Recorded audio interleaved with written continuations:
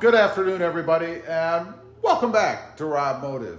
You know, from time to time, I like to give little updates on the mods that I've done on the Tacoma back here. Just to let you guys know, in case you're considering some of these mods, how they're doing, you know, before you spend your money and then discover that, hey, this didn't hold up, it didn't last, or it just doesn't work the way that I want it to. So today, we're going to talk about the Switch Pro. I put the Switch Pro in. If you're not familiar with it, we'll get to that in just a second. But real quick, there's one other one I wanted to mention, and that is painting the engine cover here. I get questions on that almost every time I pop the hood because it stands out. And that's why I did it. I really wanted it to stand out, and it does. Now, what I used was just a spray paint. I actually taped everything up. There's videos on all the mods, by the way, on the channel. So you just search RobMotive and whatever it is you're looking for. But there's a look at it. It is a little bit dusty, of course, but you can see the paint is holding up well, even with the heat of the engine and the weather that we have here. It's hot, it's cold, it's really hot, it's really cold to me. But it's holding up really well, no issues with it. I highly recommend that if you're looking for a little bling under your hood. Now, let's get to the Switch Pro. You can see it sitting there, and first off, I have to say, I never get sick of seeing it sitting there. You know, it's just a cool, more technical looking, it is more technical, I suppose, mod in the truck. Just gives a little more bling under the hood. You know, we've got the cold air intake, the cover that I just mentioned, and that Switch Pro. And I have to say, whenever I pop the hood, if somebody's around that hasn't seen it, they always comment on that. What is that? What is that conglomeration of wiring and things?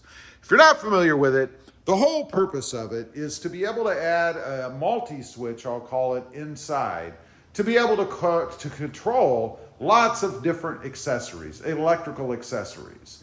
Gives you the ability for different amperages, different locations, and it's fun to do. Speaking of the installation of it, it's probably not for everybody. If electrical mods scare you, then this is one you probably ought to either have somebody else do or not do it at all. You do have to pay attention to detail. There is some connecting and some wiring and all that good stuff, as you can imagine, and some installation of just the parts themselves. Now, as far as the parts themselves, it came from a few different places. I mean, the Switch Pro itself came from Switch Pro. The tray and all that stuff came from somewhere else. Inside the cab, which we'll take a look at right now, came from Meso Customs, or Miso, however you pronounce it. That would be the little panel here. I had to relocate, the OEM switches and stuff, but they have this thing set up so that everything fits in there. I will say it was a pretty tight fit, and I did have to do a little bit of trimming on the inside. You can't see it, but the stock trim, because it didn't fit in there perfectly. A little ding, I guess, to this plate, at least for my year, which is a 2020 3rd gen, by the way. The switch itself did come from Switch Pro. I love this. They give you little stickers and things to be able to label what you want. You can see here I have 4 taken up and I have 4 left over. The other stuff that you see on here, this is just other stuff that I've added. Non-electrical, non-lighting, not related to anything to do with the Switch Pro.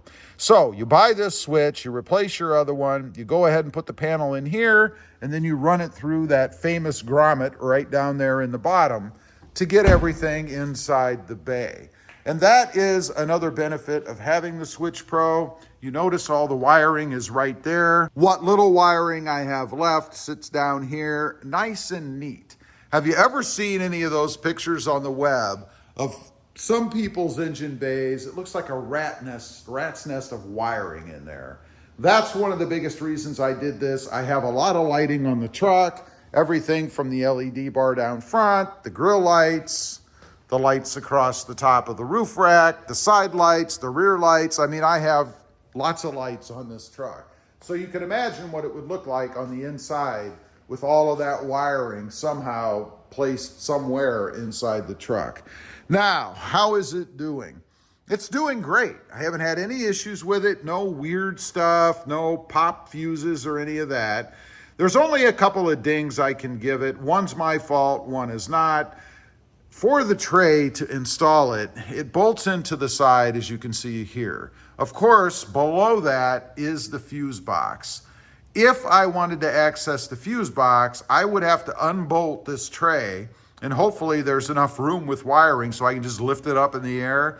But I would have to unbolt it, lift it up in the air to be able to access the box down below. That shouldn't be a problem unless you're doing something wrong and you're constantly blowing fuses. I mean, realistically, you should never blow fuses in your vehicle, the Tacoma or any other. If you are, then there's a problem. So I don't know, it might be a petty complaint, but nonetheless, it does cover up the fuse box.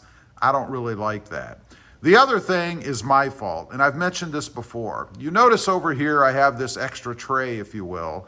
That is wired directly into the system, and if it's fused, and I do not have any fuses in it right now, you can see it's all open, the power would be on all the time. So if I had something plugged into that or wired through that, and it is separate, it would be on all the time. I could only see that handy if you had switches other places in the truck. Let's say in the back you had some sort of an inverter, maybe you had some extra lighting or something that you were running, maybe, I don't know, a winch somewhere, and you wanted to be able to control that via a switch. It's perfect for that. However, for me, it's not really necessary, and honestly, it was just ignorance that I put it in. I'd seen other people do it. I thought it was part of the system. I was wrong. It really is separate. You do not need to include that unless you want to have separate switchable power outside of the Switch Pro. It would save a little bit of money and obviously a little bit of installation if you did not have that. And I may take it out down the road. It just bugs me that it's sitting there. I'll probably never use it. I may do that when I go to the new truck. We have the redesigned Tacoma coming out, of course. This will be coming with me. I am not going to leave this unit in the truck when I trade it in. At some point, it will be going in the redesigned truck as long as there's room or somewhere to put it. Anyway, I'm very happy with the system. I love it. The install, while tedious, is not that difficult. Really, anybody can do it as long as you have a little bit of mechanical aptitude, I guess, and pay attention to detail. Leave a comment. Let me know. If you have this system, are you happy with it? Would you change anything about it? And how does it work for you? I'd be curious to know. Also, real quick, I do have 2 additional channels. Mod Driven, all about the Honda Civic, and RobMotive JT, all about the Jeep Gladiator. Check them out, and if you're interested, why not subscribe? And while you're at it, smash the subscribe button here too. Thanks for watching. Stay safe out there. Bye.